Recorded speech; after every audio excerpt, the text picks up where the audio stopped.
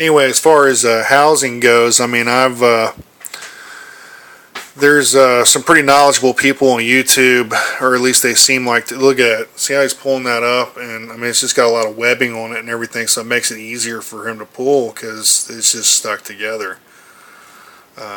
But he uses his pedipals and many legs, and he's able to pull a whole bunch back like that. But he's really making a cool home. Pretty neat. Very neat animals. Back to the housing. There's not quite a few knowledgeable people on YouTube, and you'll know who they are because they use the proper nomenclature for these animals, like Achilles, whatever, for the pink toe, and and all that good stuff. And I'm not that interested in the proper names. I mean, Brack, whatever, it's cool. You can kind of know more, I think, what animals, what spiders are related more closely to others, using that nomenclature. But I just like the common names. They're simple. Everybody understands them, and they kind of describe them a little bit better, if you ask me. But I've seen some of the more knowledgeable people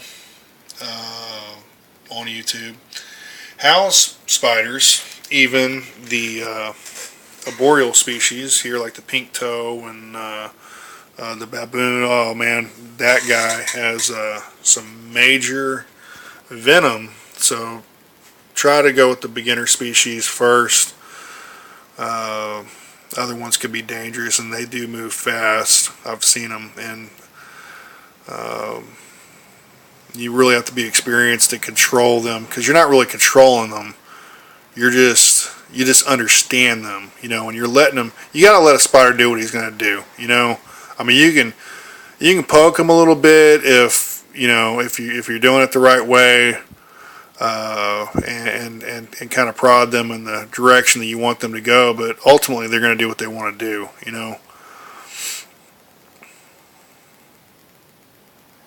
But I've seen these more knowledgeable people put these spiders, even the arboreal species, in cups. I mean, mature spiders. They don't need a lot of room, but these guys are housing hundreds of spiders in a room. So I mean, they need as much room as possible. I mean, I could see me getting up to I don't know. I really do like these spiders. Maybe 10. Eventually, not all in my room, but I'm probably going to stay with these. I want them to have a good home. I don't want them to have too much room, like I said, where they're freaking out. But I want them to have enough room to where they're going to mature and they're going to live, their proper lifespan, and they're going to be happy, however happy a tarantula can be.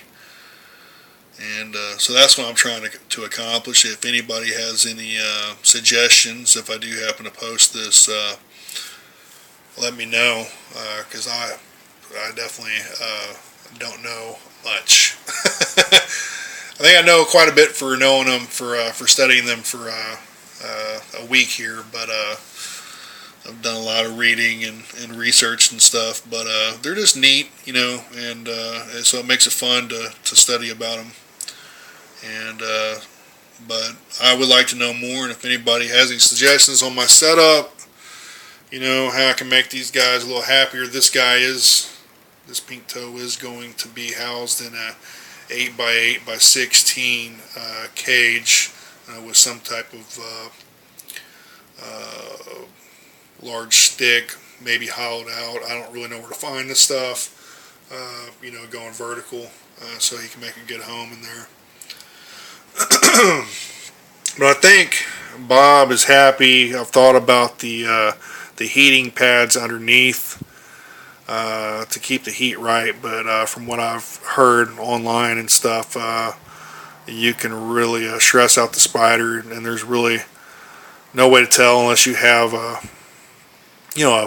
actual digital thermometer or something in there to know exactly how much heat that spider is feeling. So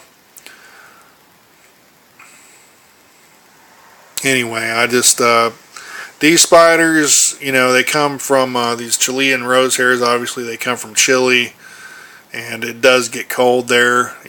I think as long as they have a place where they can burrow into, they can keep warmer that way. I do have a light on him right now, but he was just kind of climbing the walls, and from what I've read, if they're climbing the walls, I mean they're not they might not be happy. There might be something wrong, in the enclosure that's kind of freaking them out. So I stuck that light on him, and hadn't been climbing the walls as much since I did that, but he's definitely burrowing. Um, really neat, really neat. Look at this. I mean, all this was flat. I mean, where you see you can even see in the cave there that he's pulled out a bunch of substrate, and it's deeper inside there. It probably, as far as you can see on the substrate going into the cave, it probably goes down another 2 inches once you're inside there, and that's where he sleeps. That's where he's been sleeping. So they're big time burrowers, these Chilean rosehairs, and I think most of the terrestrials are like that. From what I know, especially this Brachyopama or whatever it is group.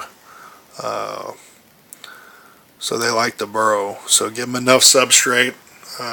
I might consider putting in more substrate. I might get him. I just don't want to mess up what he's done. I mean, he's worked pretty hard on doing whatever the heck he's doing. Like he's gonna take a little break, maybe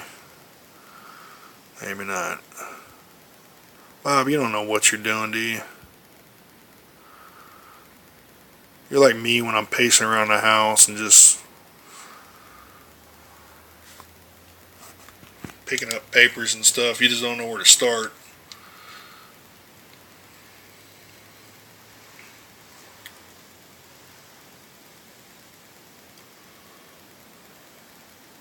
And they got those 2 little tentacles basically like coming off their butt. And like I said, I haven't researched anatomy on these spiders, so I can't tell you what that's called. I think I might have read it, but I can tell you that it plays a part. I don't know if the web comes directly out of those, but it plays a part in the web spinning. He'll when he goes into his cave, he'll lift his butt up in there and kind of christen the edges of it with those little tentacles, and you can see that he's actually kind of spreading web over the outside. And he does it on the ground too, and I think it's self-explanatory. I mean, these animals feel their way through their existence, to find food and to feel safe. So that's what he's doing. Right now, I think he's still just trying to get warm or get away from me or something. I don't know. Kind of humping up and down, but I think he's just, I can't really see, but I think he's just pushed down the dirt. Really cool. I mean, I just didn't know these spiders were so active. But he can go in that cave and stay in there for, 8 hours.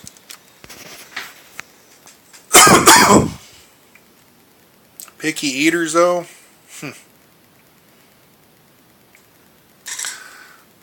This boy's gonna break me. I don't know. I didn't pay attention to how much I spent on those super worms, but they're almost gone. This guy's just eating.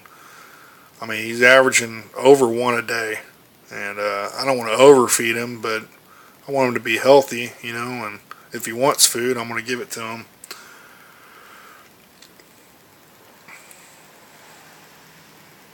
I want to put a lizard in there or something eventually, see what he does with that. But they say not to feed these spiders any prey that are more than half their size. So a small lizard is fine. I don't think he's really ready for a pinky mouse yet, but I'm pretty sure he'd screw it up. Meaning he'd slay it.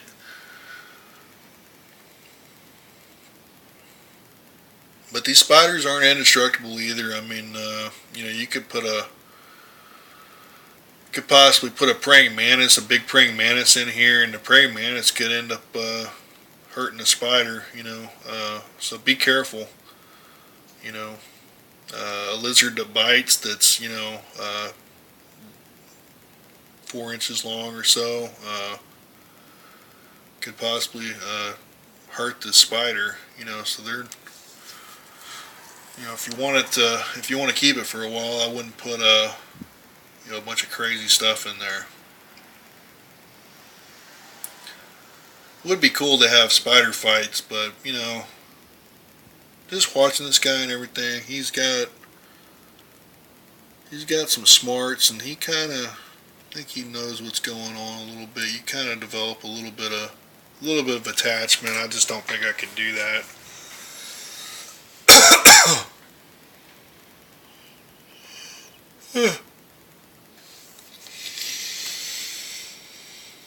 Don't really have much attachment for the pink toe because he just doesn't do nothing. But we're just waiting for his house to come in. See, there he goes, climbing the walls.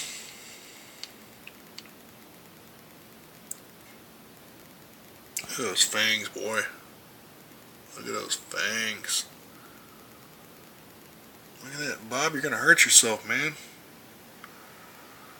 What are you doing? You want out? I'm gonna take you out.